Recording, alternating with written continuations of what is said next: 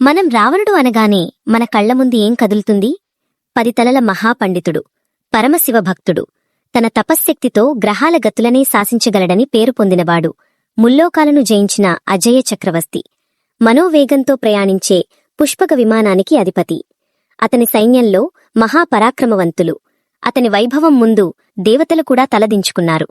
ఇన్ని ఉన్న రావణుడు శ్రీరాముడితో తన చివరి అంతిమ యుద్ధానికి వెళ్లేటప్పుడు ఎక్కిన రథాన్ని లాగింది వాయువేగంతో పరిగెత్తే గుర్రాలు కాదు, భయంకరమైన ముఖాలున్న గాడిదలు.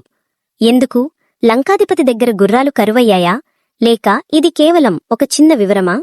లేదా రావణుడి పతనానికి విశ్వం పంపిన ఒక భయంకరమైన హెచ్చరిక? ఈరోజు మనం రావణుడి కథలోని ఈ చీకటి రహస్యాన్ని ఛేదిద్దాం. ఈ ప్రశ్నకు సమాధానం తెలియాలంటే మనం ముందుగా రావణుడి శక్తిని అర్థం చేసుకోవాలి. రావణుడు సామాన్యుడు కాదు. బ్రహ్మదేవుణ్ణి మెప్పించి దేవ, దానవ, యక్ష, గంధర్వుల చేతిలో మరణం లేకుండా వరం పొందాడు. అతని చంద్రహాస ఖడ్గం ముందు నిలబడగల వీరులే లేరు. అతను కేవలం యోధుడు మాత్రమే కాదు, మహాపండితుడు. వేదాలను, శాస్త్రాలను అవపోసన పట్టినవాడు. కాని ఈ అపరిమితమైన శక్తే, ఈ అంతులేని జ్ఞానమే అతనిలో అహంకారమనే విషబీజాన్ని నాటింది. నేనే సర్వశక్తిమంతుడిని, నన్ను ఎవ్వరూ ఎదిరించలేరు అనే గర్వం అతని నరనరాల్లో జీర్ణించుకుపోయింది. తన మాట వినని వారిని, తన్ను ఎదిరించిన వారిని నిర్దాక్షిణ్యంగా అణచివేశాడు. అతని దృష్టిలో ధర్వం అంటే తను చెప్పిందే. సీతాపహరణం తర్వాత శ్రీరాముడు లంకపై దండెత్తినప్పుడు రావణుడి అహంకారపు కోట బీటలు వారడం మొదలయింది. అతను మొదట వానర సైన్యాన్ని తక్కువ అంచనా వేశాడు. కాని ఆ తర్వాత ఒక్కొక్కరిగా తన ఆప్తులను, మహావీరులను కోల్పోవడం మొదలుపెట్టాడు. పర్వతంలాంటి కుంభకర్ణుడు నేల కొరిగాడు. ఇంద్రుడిని జయించిన కుమారుడు ఇంద్రజిత్తు లక్ష్మణుడి చేతిలో హతమయ్యాడు. ఇది రావణుడిని మానసికంగా కుప్పకూల్చింది. తన కొడుకు మరణవార్త విన్న రావణుడు ఆ శోకంలోనే ప్రతీకారెచ్ఛతో రగిలిపోయాడు. అతని విచక్షణ నశించింది. ధర్మధర్మ విచక్షణ కోల్పోయాడు. అతని లోపల పేరుకుపోయిన చీకటి ఇప్పుడు బయటపడటానికి సిద్ధంగా ఉంది. ఇంద్రజిత్తు మరణం తర్వాత రావణుడు స్వయంగా చివరి యుద్ధానికి సిద్ధమయ్యాడు. అప్పటికే అతని దివ్యరథాలు, ఆయుధాలు యుద్ధంలో ధ్వంసమయ్యాయి. వాల్మీకి రామాయణం యుద్ధకాండంలోని 95వ సర్గలో ఈ ఘట్టాన్ని స్పష్టంగా వర్ణించారు. అప్పుడు యజ్ఞవాటిక నుండి భూమిని చీల్చుకొని నల్లని ఇనుముతో చేసిన భయంకరమైన రథం ఒకటి పైకి వచ్చింది. దానికి పూంచినవి వాయువేగంతో పరిగెట్టే రాజవంశపు గుర్రాలు కాదు, పిశాచవదనఖరములు అంటే రాక్షస ముఖాలతో భయంకరంగా అరుస్తున్న 8 గాడిదలు. పురాణాలలో గాడిద దేనికి చిహ్నం? అశుభానికి, మూర్ఖత్వానికి, నీచత్వానికి మరియు మృత్యువుకు.